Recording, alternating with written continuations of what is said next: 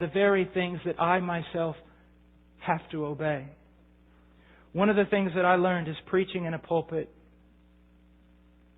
doesn't really demand much from me. You see, none of you really know me. I had a church one time after I got through preaching, the pulpit committee ran up and they said, "We want you to be our pastor." And I looked at them, I said, "Are you crazy?" And they said, "Why did you say that?" I said, "You don't know if I love my wife. How can you ask me to be your pastor? You don't know if I love my wife." You see, up here I can be anything. Take you home with me. I might be another. Teaching men is not just filling their heads with knowledge. It is walking with them and allowing them to see your obedience. And not only your obedience, but when you are not obedient, they see you humble yourself before God and ask for forgiveness. They see you go to others and ask for forgiveness. They watch your life. They watch your life. When you get out and you pay your gas at the gas station, they watch you, Pastor. Did he witness to that person? Did he give them a tract? Did he invite them to church? When they see that you're very busy one day and your wife all of a sudden shows up with some problem that really isn't all that great of a problem, was the pastor short with her? Or was he like Christ with His bride? And if he was short with her, did he ask for forgiveness when the Spirit convicted him like a hammer? Training men has to do with bringing those men into your life. One of the men that I respect more than anybody on this planet is a young man by the name of Brian Dye. He's about 30 years old, red-headed and kind of chubby. And even when he's dressed up as best as he can be, like he was at Moody a few weeks ago where we had some meetings at the university, all he has on is a pair of cut-off shorts, sandals, white socks up to right here, and a shirt that says, "These are my church clothes."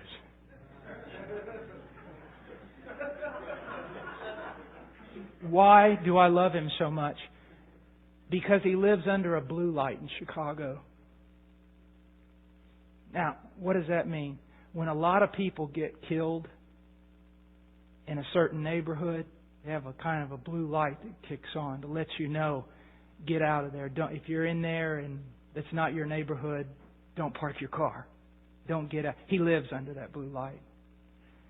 No, he's not African American. He's just looks like a white farm boy from Iowa. And he lives there in the hood with his wife. And I showed up, took my two boys. I said, "You've got to meet this man." No, he wasn't John Piper. No one knows him. No, he wasn't R.C. Sproul. He was Brian Dye with white socks pulled up to his knees. And we get out at like 8. I said, "Boys, the blue light's on. So as soon as I stop the car, I'm going to grab you and we're running for the house."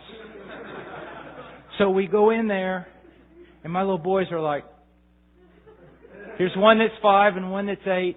There's this house in the middle of the hood. And there are people in there, I mean, ex-gangbangers, ex-prostitutes, drug addicts, corn rolls down to the floor. I mean, you name it. And they're all staying there in that house. I talked to this one guy, big African American guy, muscles as scary as all get out.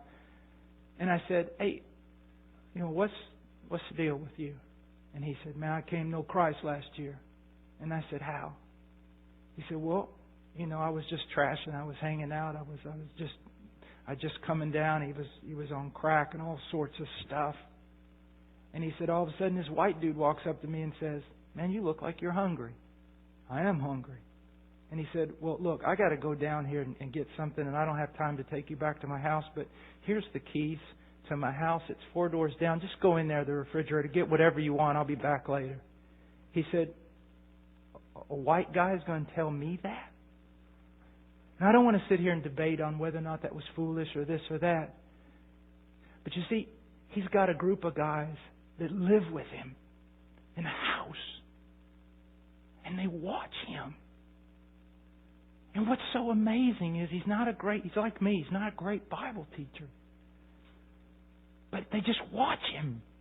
They watch Him love people. They watch Him care for people. They watch Him with His wife. They see what He is, and by that they're changed. Now, we're not all called to be like that, but the point that I'm trying to make is look what we've done to the Great Commission. It's now, get them in a lecture hall. That's not what He said. He said, teach them to observe the things I have commanded you. Teach them to observe the things I have commanded you. It's obedience. Now, I know our time is short, but there's another thing that I just want to share with you, and it just really quickly, and it's in Deuteronomy chapter 6.